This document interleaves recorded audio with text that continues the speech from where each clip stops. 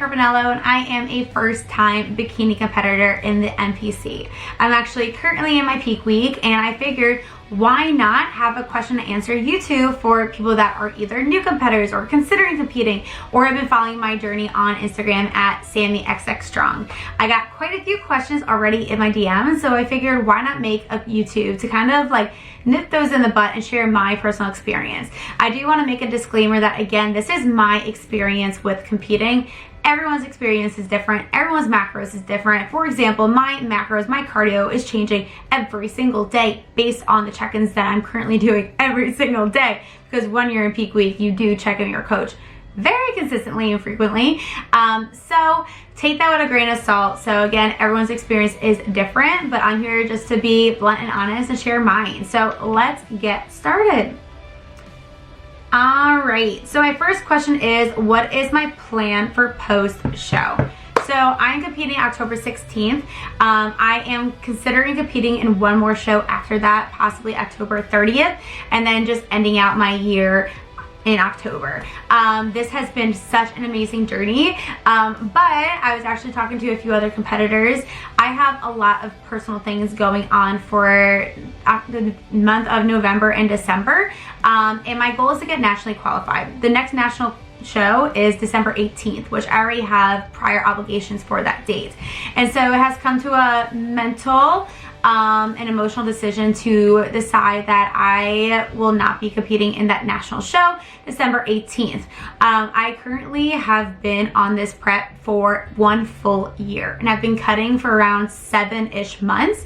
And so at this point for my first prep, I honestly think that I freaking kicked ass in it, and that one more show would be absolutely amazing, even if it is just a region show, to see how well that I do. The experience is going to be amazing, and that we do it for the long run, right? Shows are always going to be there. The journey is always going to be there. And my first show, my fiance is actually not be able to be there.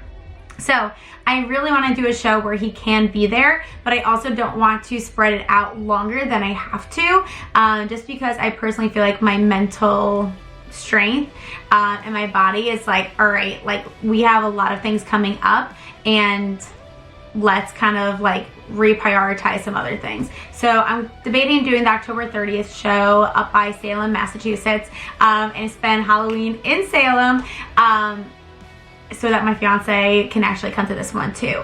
But long story short, I will be reversing and refeeding, and my goal is to hit my reverse perfectly, or as perfect as I can, so that I don't have as tough as a prep that I feel like I have had compared to some other athletes. I want to make sure that the next time I do prep, that I'm in a place where my body has built so much muscle and that I've reversed to a weight that is not going to be so much higher than what my stage weight is, so that I can have a smoother transition from reversing and my improvement season to my next post show, which who knows when that's going to be.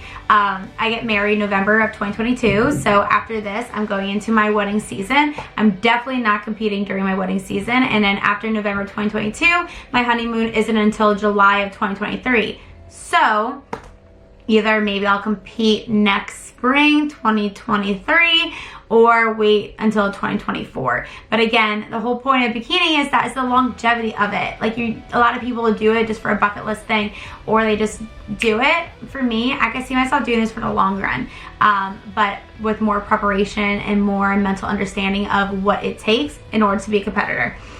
My second question is, how are you feeling? Right now, I'm feeling great and dandy because my carbs went up, my cardio went down. I'm gonna be very honest, the week prior to peak week and the week before that, it was freaking tough. The week prior to peak week, my carbs were at 80 carbs. I was doing around 2 hours plus of cardio a day, hitting 30,000 steps for my meet, and I honestly had a mental breakdown one night and just cried because I was so hungry, so food focused, and you know it's working, right? But it came to a point that I was working my body so hard that we weren't seeing the scale move down like we wanted to. And I came to a point where I was like, I am working so hard and I'm not seeing the results that I wanted. Fast forward, Saturday, I started my peak week where we just did 2 hours of cardio, no lifting. Sunday, 2 hours of cardio, no lifting. And so after my 2 hours of cardio, I just had chill days. I got a spa treatment, I got massage, I laid on the couch yesterday, took a nap, got like 8 or 9 hours of sleep both nights, and I went down 1.5 pounds each day. So today I weighed in my lowest weight yet, literally just from my body recuperating after a very tough week prior. So I am feeling great right now. The hardest part of prep, question 3. Definitely the hardest part of prep is, I feel like, the social life as well as the mental aspect. Personally for me, the lifting aspect, fine. I love lifting. The cardio, honestly, even on 2 hours a day, fine. Like, split it up. I made my cardio, and here's just a quick tip. I know it's one of the other questions, like, how do you get through so much cardio? I make like specific tasks for cardio time. Answering my DMs, even answering some texts, going on phone calls, doing some teacher assignments, updating my YouTube, updating my podcast, watching specific shows just on Netflix just during cardio time. So I had things that I didn't allow myself to do during the normal day and only allowed myself to do during cardio. So that's one of the tips of how to get through cardio. But the hardest part definitely was the social aspect. Beginning of prep, not so bad, right? Your macros are usually still kind of high. You're kind of like figuring things out. You might be able to fit a drink in here and there. But once I was like 1.5 months, a month out, the month of September, a month before my show, I had 2 weddings. We have this big festival and fair called the Big E where I live, where my fiance works it. So he was always there partying, having fun with friends. And I went one night, but I realized that, hey, my carbs are so low that I'm just not happy-go-lucky. I'm not happy Sam. I'm not the big bubbly Sam because I'm so exhausted. I'm tired. I'm hangry. So I think just the social aspect of wanting to do certain things with friends was the toughest. And then definitely this last week or 2 being so food focused, measuring out every single little thing. And for me, like, I can push off my meals by a few hours, but then once I eat my meal and that's all I have and I'm done and I'm still hungry, that's when it gets frustrating because you're like, all right, I pushed it off, so I'm gonna wait till 5 to eat, and then 5 comes and I eat and I'm like, crap, I'm still hungry. That was tough. So just the mental aspect of pushing through those obstacles and seeing the long run of it. Best advice to someone starting prep is to know what you're signing up for, and be prepared. There are so many great resources out there. Go look at YouTube. Go listen to podcasts. Podcasts I listen to are Team Pro Physique, Bikini and the Brain, Celeste's podcast. What is it called? Let me pull it up real quick. Confessions of Bikini Pro. So all these are awesome because you're literally hearing the ins and outs of prep from the coach's standpoint and bikini standpoint. But do your research. Research into a coach. Make sure that you are getting a coach, and a coach that respects you and respects your body, respects your money, is going to do it in a healthy way. For me, it took me 3 months to find the coach that I wanted because I knew what I wanted. I wanted to be competitive in a healthy way. I wanted a coach that was going to give it to me straight in a healthy way, and someone that I can see myself working with for the longevity of the sport. And so that's why I picked Team Pro Physique over other teams, and that's how I got my coach, Steve, and I actually high-key stalked him and Paul Revelia on YouTube, on social media, and kind of got their feelings of what their morals and values stand for as coaches, and absolutely love that. So I definitely, for biggest advice for someone that's deciding to do prep or on the fence of it, is know what you're signing up for. Understand that a food scale is going to be attached to your hip 24/7. Understand that there's going to be times where you have to be selfish for your goals. There's going to be times where you're going to have to say no to going to things, or you're going to go to things and you're going to feel left out. That you're going to have to prioritize the gym. For me, I've been getting up at 3:30 a.m., getting in my hour and a half of cardio, sometimes my lift in the morning too, or then going back to my lift at night after teaching. So understand that it is going to be a huge part of your life, and that if you're gonna half-ass it, it's honestly not worth it, in my opinion, because it is so time restraining and so mentally and physically demanding in both good and bad ways. But it is a tough sport mentally, so know what you're signing up for, give it a try, and reach out to other people who are doing the journey with you. I've met so many amazing people on social media that are currently in prep as well, and that has been super helpful.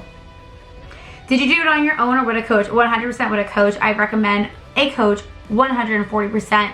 Put your money into a good investment of a coach, but again, do your research. And feel free to call coaches, like do the questionnaires and usually coaches do free calls to find out kind of who you are, see if it's a good match and a good fit. But do a coach because there's so much science behind the numbers to do it in a healthy way. And so like all these macros and ups and downs of different cardio and foods and manipulating of sodium and water, like I have freaking no idea what I'm doing. I'm putting my body and prep fully in my coach's hands, and I trust him, and so it's okay to do that. Best part of prep, honestly, seeing your hard work pay off. So right now, all the muscle I'm seeing isn't from this past 2 months of cutting. It's from me working my butt off from November until April, May of bulking, reversing, and gaining muscle, and now seeing all that hard work pay off now. I honestly have been so emotional this last week, especially with Olympia going on, but just really seeing the hard work paying off. And even though there was hardships, and I really love that I've been sharing on YouTube, sharing on social media, so those days that I have had hardships, I go back and see and watch my videos of the days I was excited or whatever that it is. But it's been honestly so amazing to just see myself show up for me mentally, emotionally, and physically for this prep.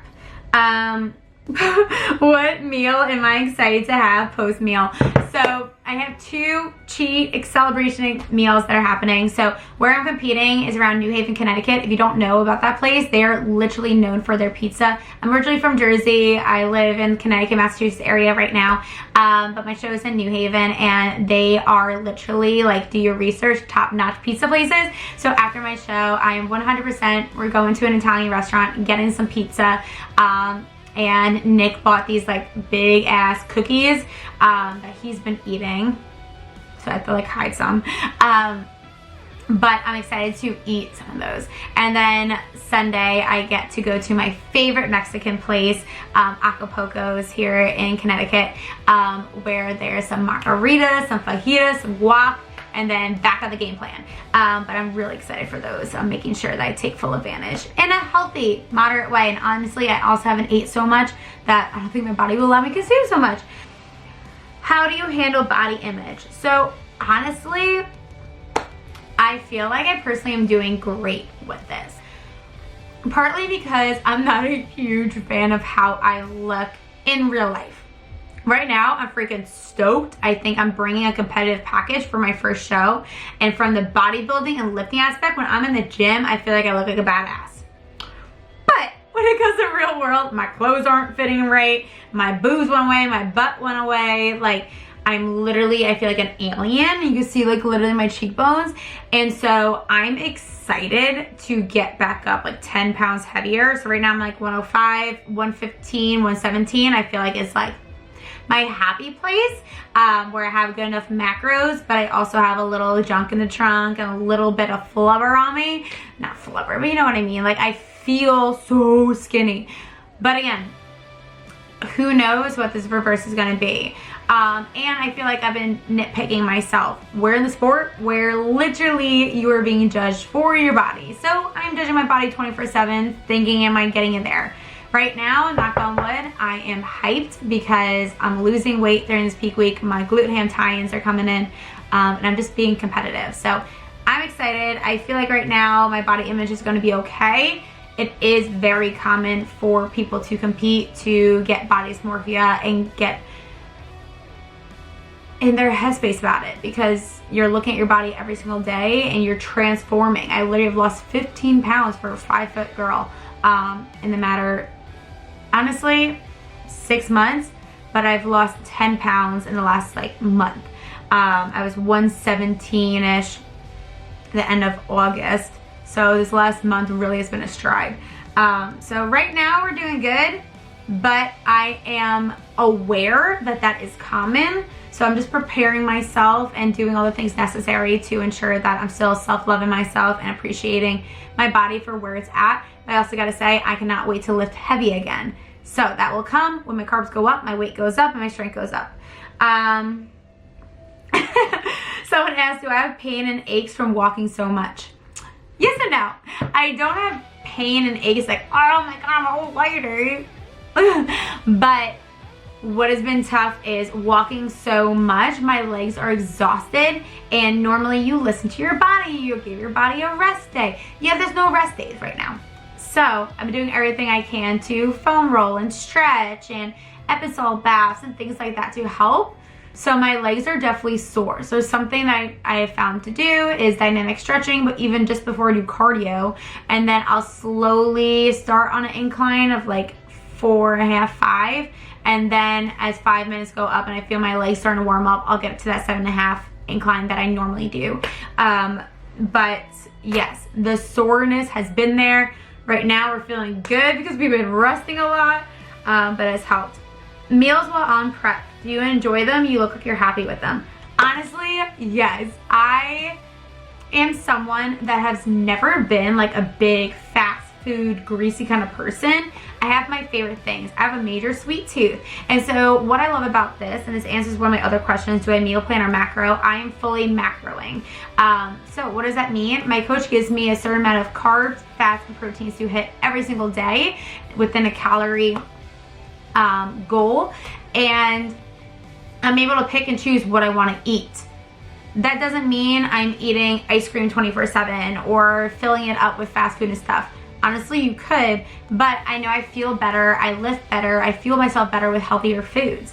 With that being said, during this prep, I've made it a priority to have a little bit of ice cream, like Yaxo or fat-free chocolate ice cream, the Hood brand, which is like a frozen yogurt actually, that really has helped me stay on track fully because I'm still eating the foods that I like. Some staples are my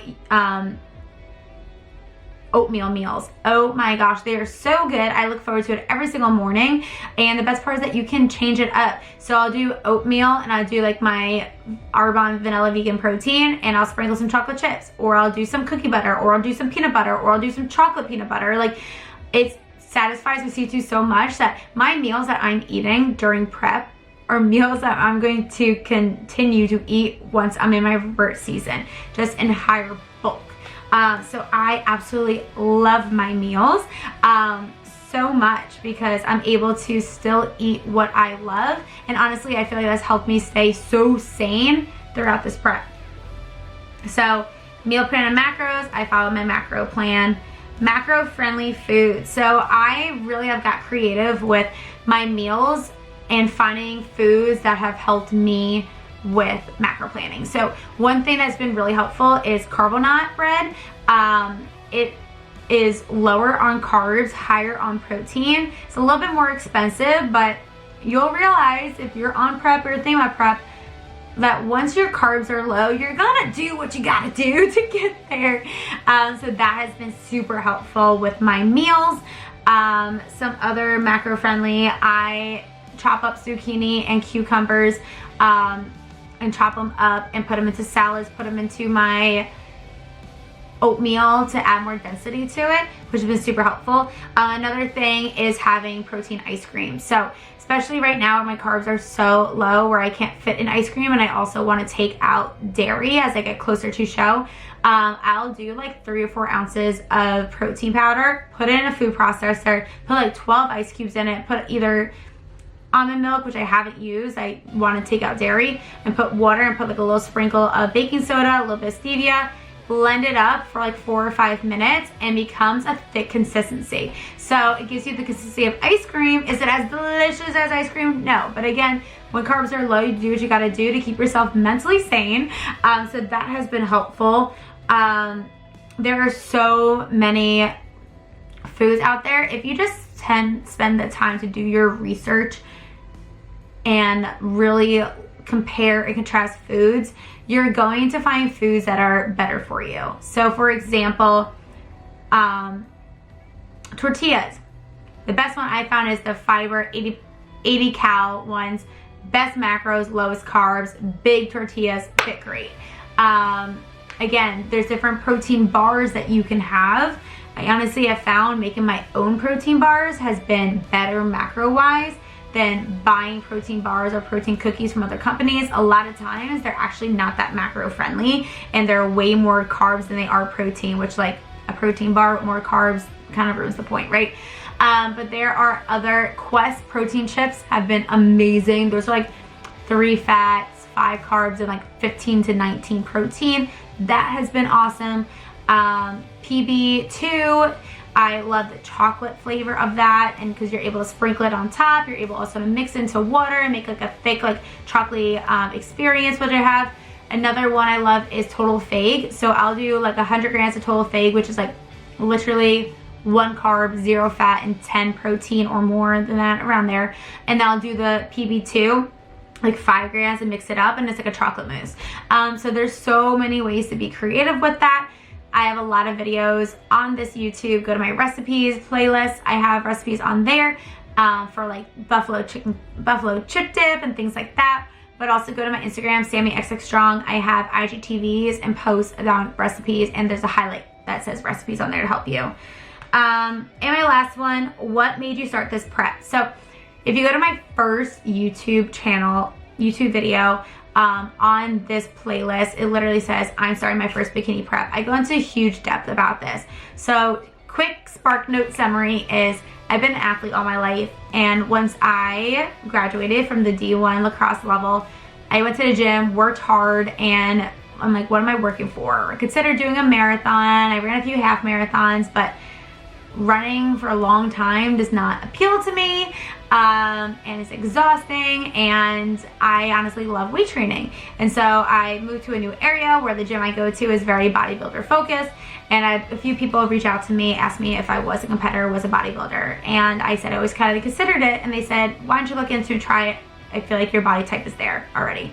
I've also always been someone that's been more muscular because I've been lifting since I've been 18. I'm now 26, and I always looked at it kind of as a negative standpoint. I'm like, wow, I'm muscular and girls want that like skinny, tiny physique. I'm like, but I will never have that because I like to lift, and I also have shoulder caps already. Like, I have quad muscle definition.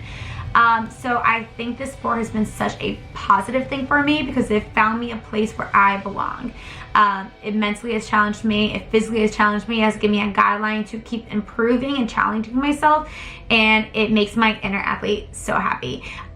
So thank you so much, guys, for all of your questions. I hope I answered some of these. I know it's kind of a longer video, but hopefully you found this helpful. If you have any other questions, please feel free to DM me at sammyxxstrong. Maybe I'll do another Q&A about this later on, but have an amazing day. Thank you so much for subscribing, supporting. Subscribe, like, follow, so you can never miss a video, especially as I continue this prep, this journey with fitness. And here we go.